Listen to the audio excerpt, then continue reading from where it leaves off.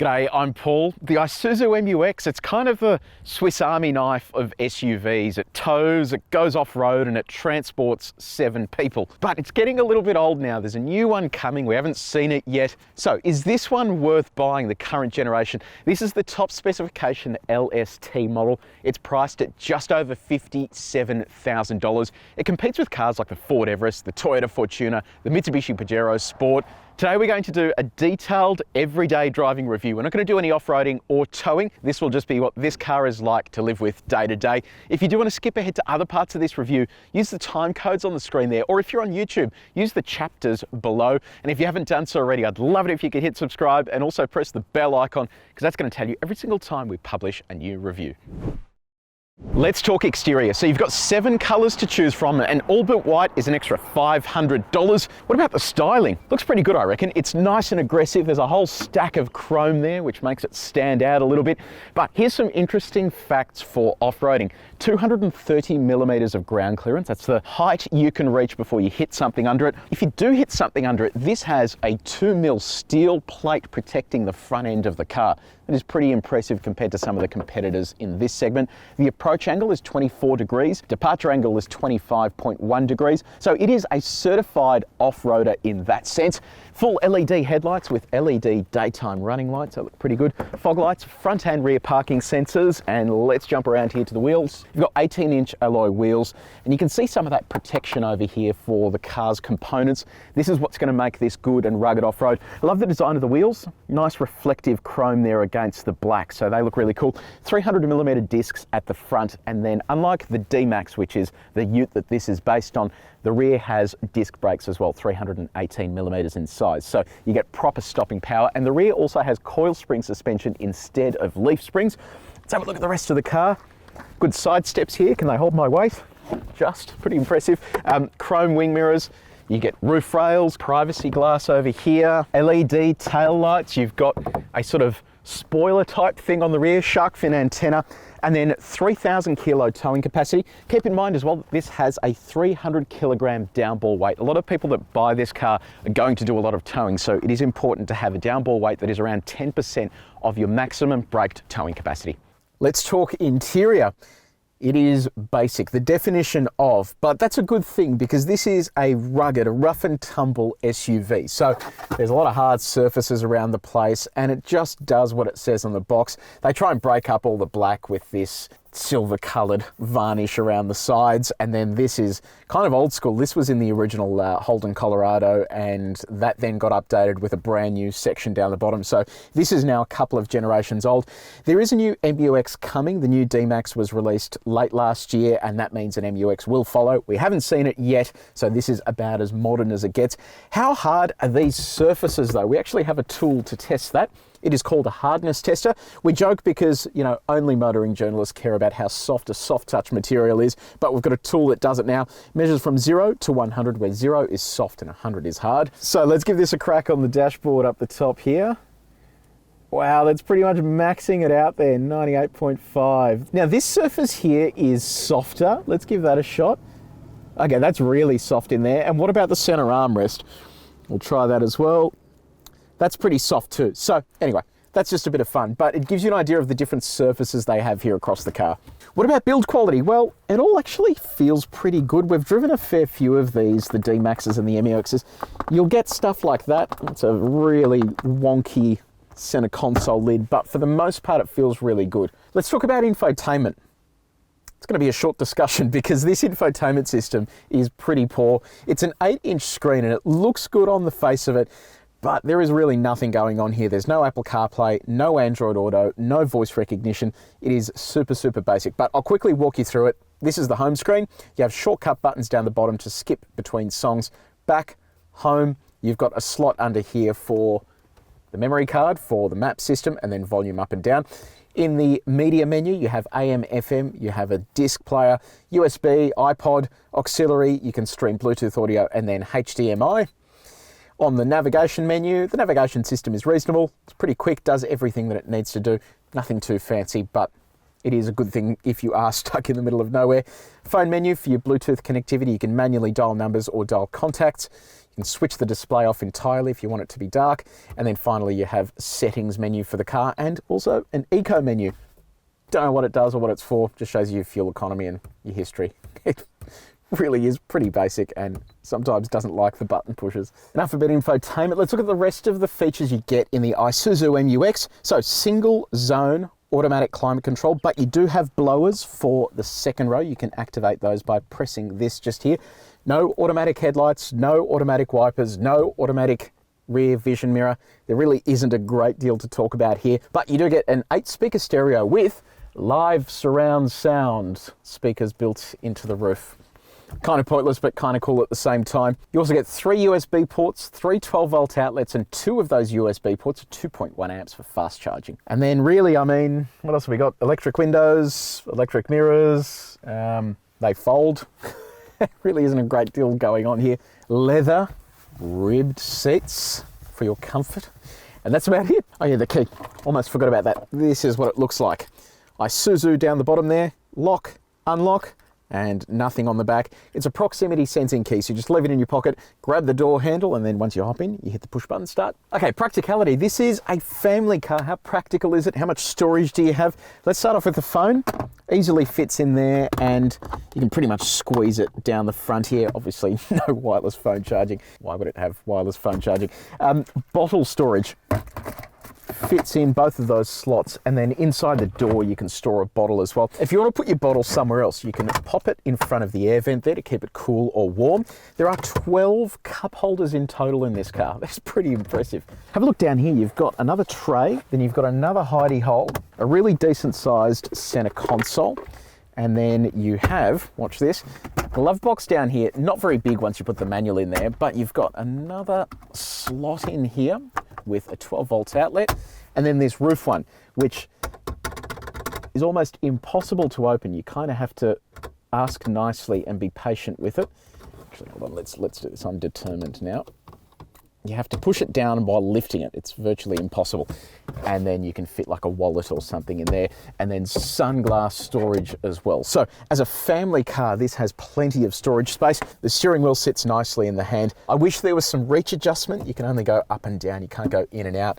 But the seat itself is really comfortable, and I don't know, it's just a good place to be seated. Okay, back seat. If you've got a litter of kids, where are they all going to sit? Are they going to be comfortable? Well, here as an adult, I've got pretty reasonable knee room. Toe room's a little bit compromised, but you've got to remember that this is based on a dual cab ute. So the fact that I have this much accommodation is actually pretty impressive. The seats are really comfy as well. So map pockets in the back of the seats. You have a USB outlet here. What about drink storage? You've got a center armrest that you can lean on, and that's got 2 cup holders in it. And then inside the door, you can slide a bottle in as well. Now, this is the curious thing about this car. You can actually fit 3 child seats abreast here. You've got top tether points across the back of them, 2 ISOFIX slots on each of the outboard seats, and then a single ISOFIX slot in the center. And have a look at this. It's like an A380 up here. You've got vents to keep you cool. You have independent cooling controls for the second and third row that are controlled by mum and dad up the front there. You have your own lighting, but you have this, a 10.2-inch DVD screen that flips down. It is literally like an aeroplane here. That is really cool. You can recline the seat if you need to. There's a little control here that allows that to come forwards and backwards. But I think it's time to jump into the third row. Can you actually fit an adult back there? Before I do that, let me show you how you get the second row out of the way. It's a pretty clever system. You pull the top here, it then rolls and tumbles forward. There's also a grab handle in here for the kids, and then getting the third row up is pretty straightforward. You just lift this and it folds up. Same story on this side. A little bit tricky to do from this end, but that's how you move it out of the way. Now, can an adult fit? Let's give this a shot. Okay. So far so good. I actually feel nice and comfortable here. I'll pop this down. Okay, Igor, can I get you to help me with this? Thank you. Okay, so you're gonna need mum or dad to help kids into the back here. Okay, look, it's not going to be perfect for adults, but my toe room's compromised. If I go sort of side saddle here, I can fit in. Then there's another 2 cup holders there, and then a storage nook just there. I've got my own air vents here as well, and then a little bit of storage in the middle. Look, it's okay. It's not terrible, but it's not amazing either. Kids are going to be perfectly fine here. As an adult, I've got more than enough headroom, but I am compromised on knee room and a little bit of toe room. Let's talk cargo space. It's pretty impressive, actually. Okay, this isn't though. I hit my head on this every single time I open it. It just doesn't sit high enough. I'm not massively tall, but that is super low for my liking. Okay, so here you have a little over 200 litres of cargo space. Then you have a little storage nook under here, plus a 12-volt outlet, and then hooks on the side. This is where your jack lives, just under there. And if you drop the third row, which is pretty straightforward, you just push that down, just like that. You have just under 900 litres of cargo space available, and then you can increase that space to a little under 1900 litres. Let's see what it looks like with the bags in there. Throw that in. There you go. So it is a pretty high boot floor with this box thing that aims to level out the floor with that third row. So it is a big space. It's just slightly cumbersome with a super, super low tailgate. So we're driving the MU-X. What is powering this beast of a car? So it is a 3-litre turbocharged diesel engine. It's a 4-cylinder and it produces 130 kilowatts of power and 430 newton meters of torque. It sends all that torque through a 6-speed automatic gearbox, and it is a little bit noisy. You can hear it here as I lean on the throttle. It has more sound deadening than the D-Max, the ute that this is based on, but it is still pretty noisy when you're on the throttle. You can hear it quite clearly inside the cabin, and it's even noisier when you're outside the car. But it is pretty efficient. 7.9 litres per 100 kilometres is the official combined fuel economy. In reality, we're using around 9.4 litres per 100 kilometres, so it's not quite that efficient in real life. The good thing with the MU-X is the warranty that Isuzu offers. So it's a 6-year warranty. You get cap price servicing as well with roadside assistance. So it is a pretty comprehensive package, and that is better than the other ute-based SUVs on the market. Aside from Mitsubishi, they sometimes do a 7-year warranty, but Isuzu is just a permanent 6-year offering. The other impressive part is if you're doing a lot of camping, maybe you're driving across Australia, often people have things like portable fridges and other camping utilities that they use. This has a 120 amp alternator. And that means that if you do plug in things like fridges, it's not going to kill the car unnecessarily. Let's talk about the ride. It's actually really impressive. It's pretty good in the D-Max, but it's even better here. So gone are the leaf springs, and they use coil springs with a damper as well. Really just smooths it out nicely. And it means that when you're towing, you don't really get the car bouncing around too much. It's really nice and steady. And I think this is one of the better riding SUVs in this ute-based SUV segment. Now, how punchy is this engine? Well, let's give it a little kick here. Yeah, it's not too bad. 430 newton meters of torque is adequate punch. The gearbox isn't lightning fast, but it's quick enough for what you need. Then it comes with grade logic, which is an ability for it to dive back through gears as you're going downhill. That's especially handy if you're towing, because it means you're not going to cook your brakes as you're going down a big mountain pass, for example. Let's talk about drive modes. There aren't really any drive modes here, but there is an ability to switch between 2-wheel drive and 4-wheel drive. So the car predominantly just sits in a 2-wheel drive high range mode, which is rear-wheel drive in the MU-X.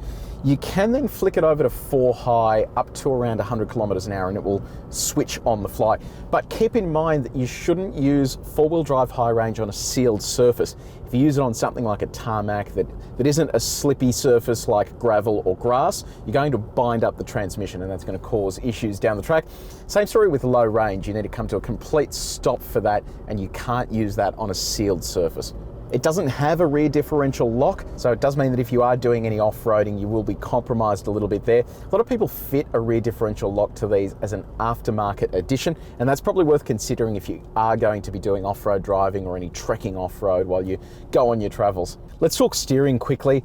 It's not amazing. Yes, I understand this isn't a sports car, but it's a hydraulically assisted steering rack. Isuzu hasn't moved to an EPAS system, which is the electrically assisted power steering, and that means that it can be quite heavy at low speeds. So when it comes time to park, you have to put a little bit of extra effort in to get the steering moving. What about visibility? Out the front, it's excellent. It's quite a high seating position. It's quite a commanding view over the road. Out the side, you get big wing mirrors, so you can clearly see down the side of the car. That's coupled with a blind spot monitor. Visibility at the rear is really good as well, so that window is nice and big. This is exactly what you need from an SUV like this. You don't want to feel like you're having to look through portholes just to see where you're going. So, Isuzu MU-X, it is off-road capable, it'll seat 7, And I don't know, it's just no frills. It does the job. If you're not big on brands and you don't need all the bells and whistles, this really is just a trusty and dependable SUV. It is getting really old and there is a new one coming, which is why I think now's a good time to try and get a deal, because they're going to be doing run-out pricing, and I think there's probably going to be a few of them floating around. So if you have your heart set on doing a trip around Australia or going on a long drive, I reckon this could be the SUV for you. It is let down by a lack of safety features. No auto headlights, no auto wipers, bizarre stuff like that. But for the most part, it does everything that it says it does on the box. Now, let me know in the comments below. Did you buy one of these? How's it been in terms of longevity and reliability? We did our D-Max review recently and a lot of you said that car has been extremely reliable. So let us know in the comments below if you bought one. What do you think of it? If you did enjoy this review, I'd love it if you could hit the like button and also press subscribe and the bell icon. That's going to tell you every single time we publish a new review. But until next time, take it easy.